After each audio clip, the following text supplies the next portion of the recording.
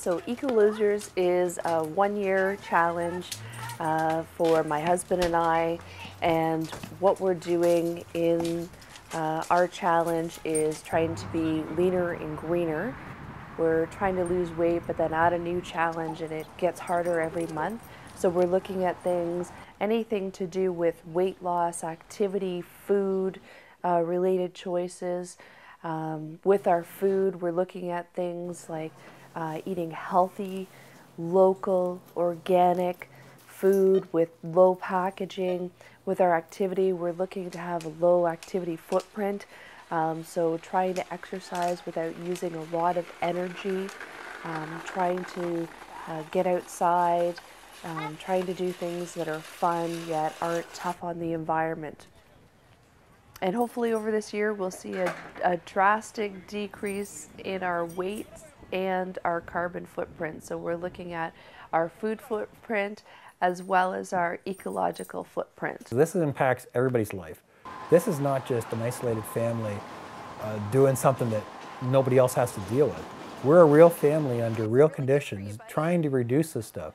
And the thing is, all this stuff impacts everything. It's a full circle of life kind of thing.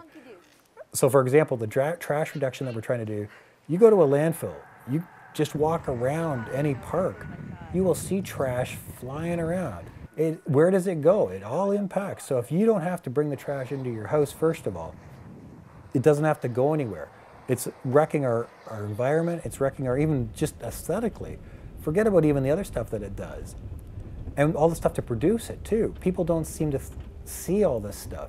And I guess when we think we're disconnected on stuff, we think, it doesn't affect us.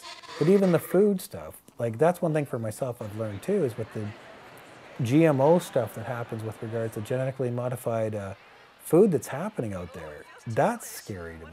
People don't think it affects you, but it does. It's all full circle.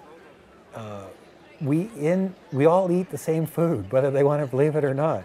And if you don't think your actions today won't impact something else down the road, whether it's your kids' generation or their kids' generation, like that plastic bag you buy on that wrapped ham, that thing's going to be around for generations and generations. This stuff here is, what I like to think is we're also doing this is that somebody else could actually take this and replicate it and think, yeah, I can do this. Maybe it's not so wacky. It's a little extreme right now, but I think it would be good for everybody else because you could see somebody else going under the gun under the extreme conditions and seeing this stuff, but also realize that you could do this and you can make a difference. And that's one thing I think, everything is so overwhelming right now. You hear all this stuff in the world, but you can make a difference. And hopefully, so this will be inspiration for someone else to even start down the road. You don't have to do the whole things we're doing, but even if you start down the road, I think you'd learn, I think that hopefully this thing will teach you some stuff.